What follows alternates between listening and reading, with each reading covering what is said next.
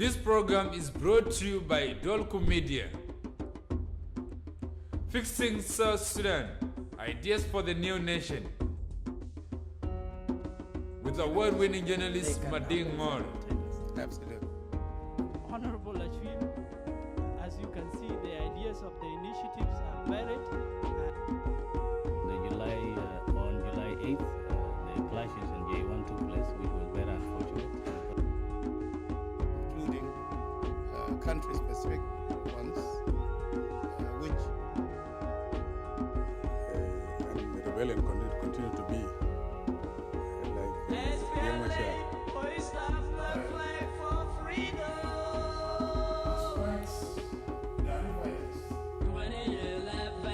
Fixing South Sudan, ideas for the new nation. Hello and welcome to Fixing South Sudan, your ideas for building the new nation. I am Adingo. This week on Fixing South Sudan, we debate the merits and demerits of joining the World Trade Organization, or WTO. Headquartered in Geneva, Switzerland, the global trade body has membership of 164 countries, of which 42 come from the African continent. The entire East African Community bloc, with the exception of the Republic of South Sudan, has acceded to the WTO treaty. The question is, has time come for South Sudan to start the 10-year application process to join the multilateral institution? Is WTO a good idea for fixing South Sudan? With us, Honorable Dr. Moses Hassan Tiel, the Minister of Trade, Industry, and East African Affairs. We are honored to welcome him to Fixing South Sudan. Welcome to the show. Yeah, thank you. Thank you. How are you this morning? How are you? Yeah, thank you. I'm fine. Thank you for hosting me as well. So the World Trade Organization is a global trade bloc. Is it important? Oh, yes. As you have just mentioned, World Trade Organization has a membership of 164 countries in the world. Before 2 years, before 2 years, there were only 42 African countries out of 54 which are members of the WTO. With the recent accession of Liberia and Seychelles, now the African membership in the WTO is 44. So there are 44 countries out of 54 of African countries which are members of the WTO. 8 are in the process of accession. So it is important. It is very important. How is it important? Yeah, if we look at trade all over the world, the global trade is actually being carried out. 98% of global trade is among the WTO members. So if 98% of global trade is actually between the member states of the WTO, why do we have to be left behind? We have to be members of such an important international body. It is important to underscore, as I said earlier, that the East African Community Trading Bloc, almost everyone has joined except our country. Exactly. So is that a reason to hurry up with the process? Yes. Recently, I've just attended a regional WTO dialogue in Nairobi, where the members of East African community were there.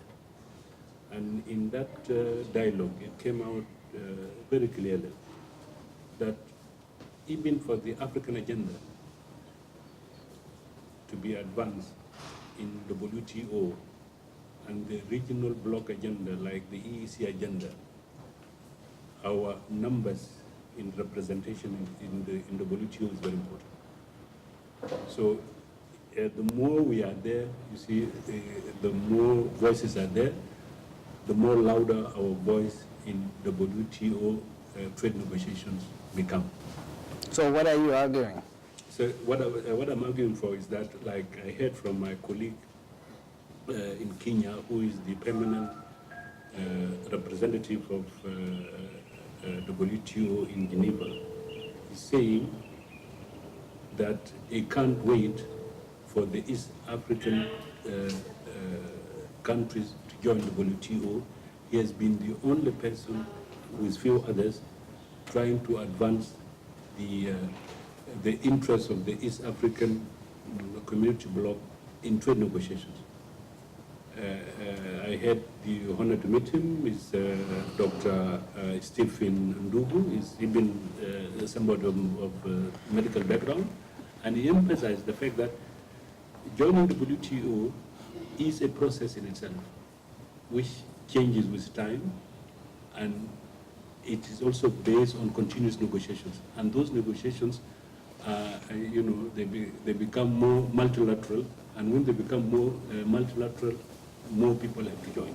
So you are agreeing, subscribing to the idea that WTO is a good idea for fixing South Sudan? It is for the following reasons. And that is the argument I always found with post-conflict countries like ours. Liberia was one of them. Countries like Afghanistan was one of them. They have just joined in the last 2 years the WTO. Trade, global trade itself,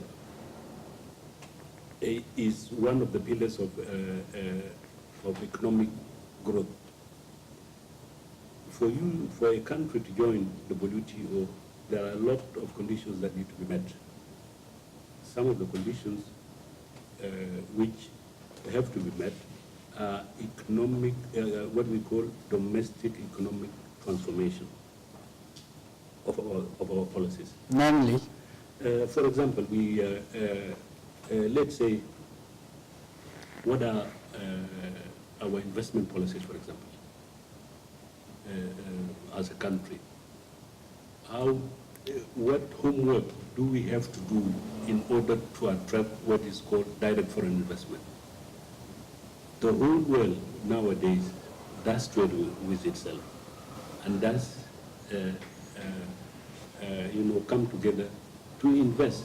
And we, as a country emerging from war, we need to grow our economy and grow it fast, because we need to catch up with others.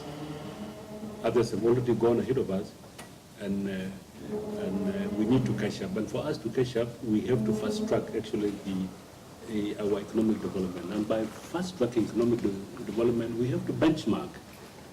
We have to benchmark from the economic policies of those who have gone ahead of us before.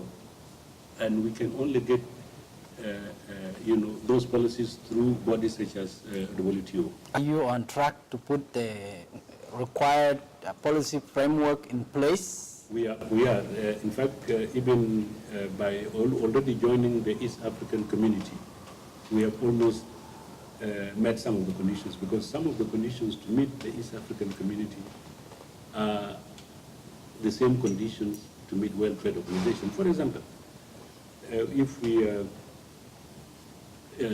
move a lot of what we call non-tariff barriers, between our borders here up to our country here, the smooth flow of goods is being hindered in one way or another. And already the country is doing that. I mean, we used to have a lot of roadblocks here, for example. These roadblocks do hinder trade. And if we remove them, and remove a lot of them, and also remove a lot of paperwork at our border, we will be,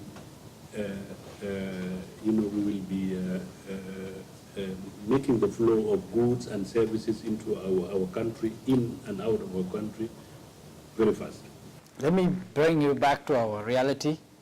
The economy is in distress. You have thousands of people who are displaced and refugee camps. You have conflicts springing up here and there. Tribal conflict is peaking, and it seems as if we are about to lose the country. And you are talking about World Trade Organization. Is this a misplaced priority? Is it even a priority, so to speak? No, it is. It is. One of the things that which is sometimes forgotten in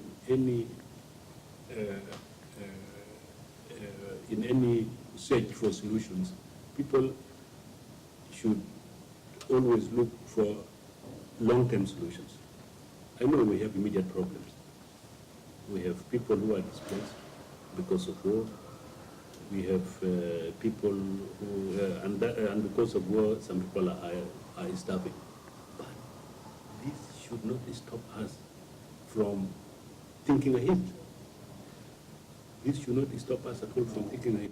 Thinking ahead and forgetting the current reality. No, of course, we're not forgetting it. I mean, we're even fixing. You could see the government is trying its level best through a national peace dialogue to bring people together. Those who had some disagreement with others and had also, worries about what the government was doing, for their lives and all this. Now people are talking freely, and I'm quite sure through this kind of mechanisms, we will arrive at something. What is trade?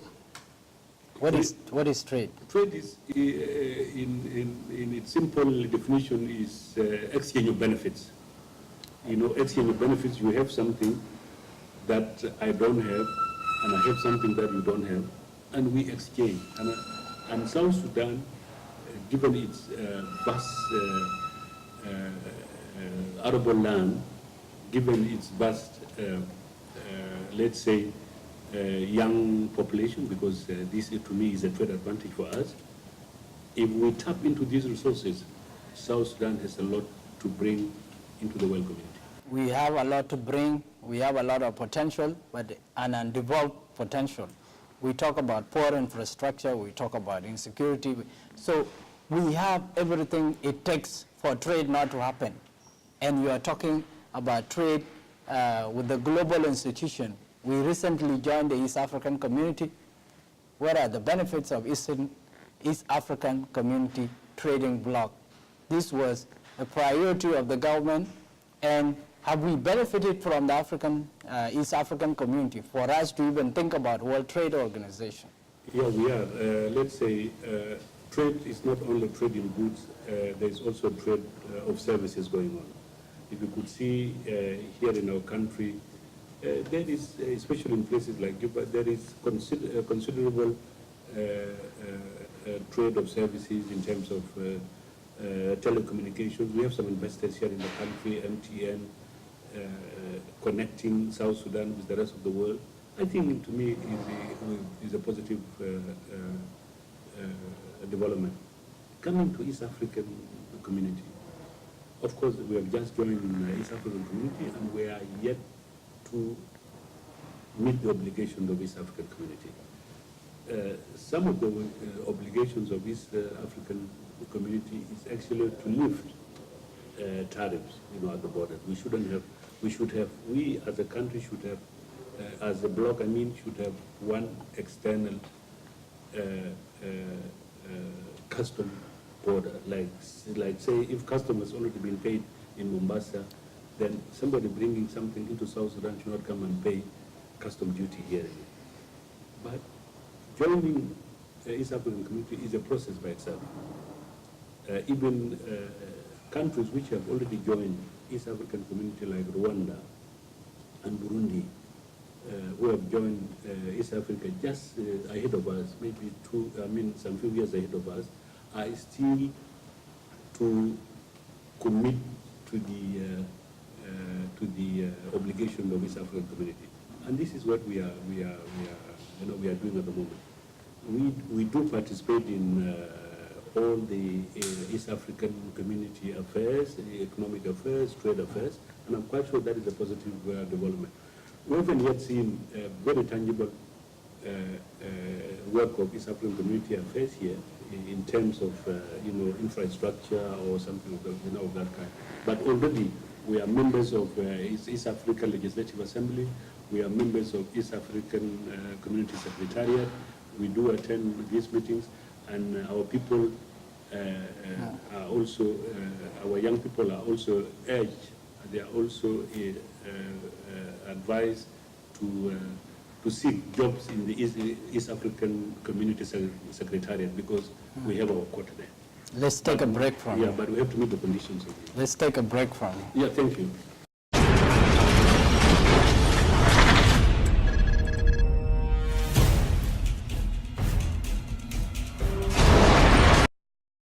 Welcome to Dolco Media Services. We have so many services for you, such as video production, camera hiring, sound system hiring, event management, passport photo, stand-up comedy, printing, drama, music, dance, multimedia, and photography.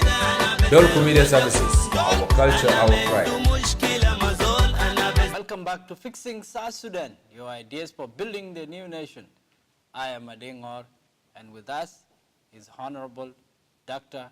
Moses Hassan Tiel, the Minister of Trade, Industry, and East African Affairs. Our topic, WTO. Is it a good idea for fixing South Sudan? We live in a globalized world where if you are part of East African community or part of the WTO, you must compete. And you are asking South Sudan to join the WTO. Can we compete? Oh, yes, why not?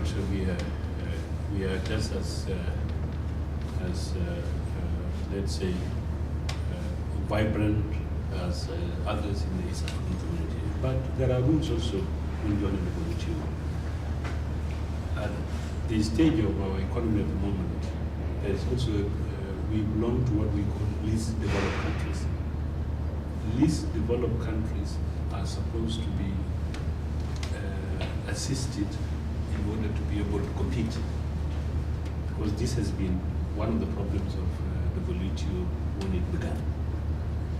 There was no, there were no provisions given to least developed countries like So South they should be given preferential treatment. Exactly. But does it always happen? There's a lot of criticism about the WTO and poor countries. They are accused of protectionism. They talk of fair trade, and yet there is no fair trade. That's right. Because they subsidize the agricultural exports, which become cheaper. Right. So the trade is unbalanced. Right. So then what is the rationale for No, talking about this? No, it's actually a continuous process. There was what we call Doha Development Agenda. Doha Development Agenda in 2001 actually addressed these issues of imbalances between developed countries, the developing countries, and the least developed countries like ours. China is one of the members who is one of the countries which think that least developed countries need preferential treatment in order to compete. They need to be given, first of all, what we call long period for them to meet all the obligations of the WTO. And I think that is a fair argument. It is already taking place. They have also to be given, as what we said, preferential treatment. Other countries do, fulfill those kind of obligations that they have to help the least developed countries. Others, of course, we need to negotiate with them. Trade negotiations, these are ongoing negotiations. They don't stop. There's an obligation there. If a country is not observing the obligation or is not committing itself to the obligation, people have to talk with that country, and that's what happens. So but in the first place, again, let us not look at World Trade Organization as a panacea to our economic problems. It's only a vehicle with which we can also develop our economy. But for us to develop this trade of South Sudan, for us to develop the economy of South Sudan, it is first and foremost the responsibility of the South Sudanese people. Yes, and let's come. That brings us to the theme of this show, fixing South Sudan. And for us to fix South Sudan through trade, we must map out the trade potential. That's right. And when you talk about foreign direct investment that you would like to attract, you want big companies to come here, where are you directing them? Because the investment that exists is in the oil sector. Yes, of course, like I told you already, even, let's take agriculture, for example, in this country. Let's look at the potential of agriculture. This is a country which has 8 agroecological zones. That means there are a lot of cash crops which can be grown in this country, starting from the south of the country up to the north of the country. By maximizing, or let's say by focusing on agriculture at our phase of our first phase of economic development, we'll do a lot. We want to encourage those investors from outside to come and invest in agriculture, and the government is already doing that, with its limitations, of course, is doing that, directing some of the investors who are interested in agriculture to go to agricultural areas like Rain, even around Juba here, Eastern Equatoria. Despite some of the security challenges we face from here and there sometimes, still there is a work going on. Of course, it will not happen, overnight. It is going to be a process. This is one of the sectors I think South Sudan has a very big potential. Nobody doubts the potential of Yeah, South Sudan. then mining again. But the constraints are there. So you're saying agriculture, mining, yes, the potentials are there. Right. But the constraints are many. Right. Poor infrastructure, no power, and there is insecurity. So are you just dreaming a long-term dream? No, it's not. I mean, even already, by the way, even here in South Sudan, when we did Made in South Sudan exhibition a few months ago, we discovered that there are people who are doing things on their own. We found people, selling honey, for example, of high organic quality. And that honey found even markets in distant places, or in distant places such as Japan. If we could, encourage these people who have already started their own initiative by collecting honey from small farmers, especially here from, they used to bring from Yambio, from Western Equatoria, and also from some parts of Central Equatoria. It means there's a potential for this country. So if people are doing that alone, on that small scale, what if they get encouragement either from investors, from our local or foreign investors? I'm quite sure they're going to do a lot. And there will be, agro industry will start coming up in this country. This is what we think it can happen soon. We have a lot of agricultural products which need to be processed, so that they are delivered to consumers, whether here, within the country, or if they find market also outside, will also be taken outside. These things are possible. Let's come to the specifics of possibly joining World Trade Organization. What do we need to do now? Yeah, as a country, for those countries which are joining the WTO now, they have a lot of advantages compared to those who have joined the WTO when it was established as a general agreement on tariffs and trade, GATT, by then 1947. That time, you only express your desire to join World Trade Organization and you are accepted. This is not the case right now. For any country to join WTO at the moment, there are certain conditions that we have to meet. And these conditions that we need to meet will actually help us in transforming our domestic policies regarding trade and economy as well. And this is why I see the importance of joining the WTO at this moment. So what do we need to do? For example, the first thing that which is done is to express our desire to join the WTO. How do we express our desire to join the WTO? We submit an application to the Director General of the WTO. Director General of the WTO will receive the application. Which has not been done. Which has not been done. And where is it in terms of categorization? Is in the process. Is in the process of consultation. Right. With the ministries concerned and the high authorities concerned. So it's a lengthy process. No, because now we are also occupied with some other urgent issues, but it's going to take place soon. So we need to submit the application to the Director General of World Trade Organization, who will receive the application and distribute it and share it with the highest decision-making body of the WTO, which is the Ministerial Conference. Is the application process free of charge? Yeah, at the moment it is. It is not free of charge. Yeah, it is a very expensive process. Well, I mean, at the beginning, the submission of itself.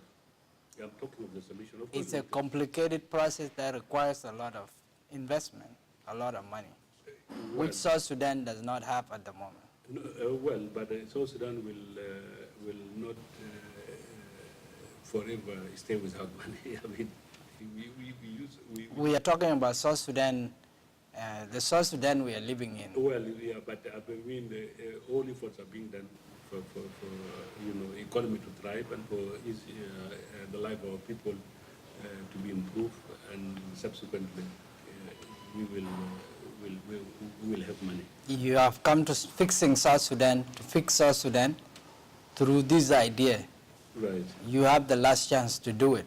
Yeah, I will, and I'm actually very determined to see into it that we have to join WTO for us to transform our domestic economy. And as I told you earlier, after we submit our application to the Director General of the WTO, what they will ask us to do immediately is to submit what we call MFTR, that is Memorandum of Foreign Trade Regime. That is what will determine how fast we are going to be accepted in the WTO. In that Memorandum of Foreign Trade Regime, we have to put all the pillars of the economy in our country. Not only the pillars, even the governance. You have to prosecute corruption. Yeah, that is one of them. You have to follow procurement procedures. Exactly, and that's why. And they are not happening. Well, and you are saying we should apply. Yeah, we should apply in order to fix those issues. Is South Sudan fixable?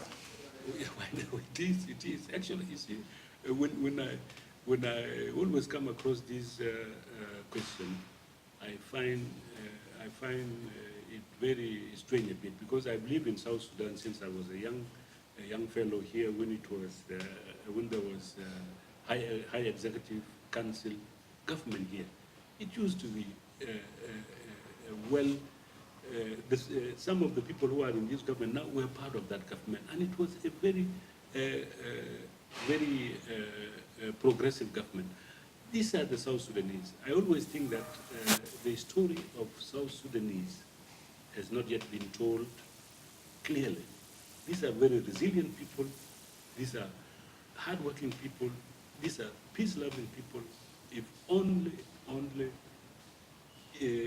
given chance, assisted, you will see how vibrant, economically viable and how good this country is. I've gone through this. These are not people who are warmongers or who are not peace-loving like some foreign media would like to portray. That's why I always say the story of South Sudanese has not yet been told. Minister, thanks for being on Fixing South Sudan. Yeah, thank you very much. Thank you. Thank you very much. And thanks for being on Fixing South Sudan, your ideas for building the new nation. I am Adingor, every week, Fixing South Sudan. Thanks, and see you once more.